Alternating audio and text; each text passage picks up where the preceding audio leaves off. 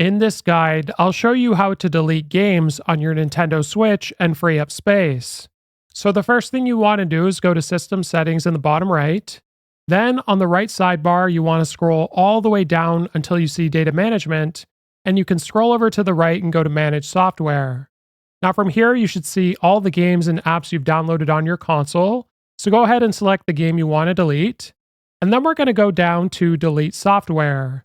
Now, when you select this option, it is going to give you a reminder that you can still download your game if you've purchased it from the eShop.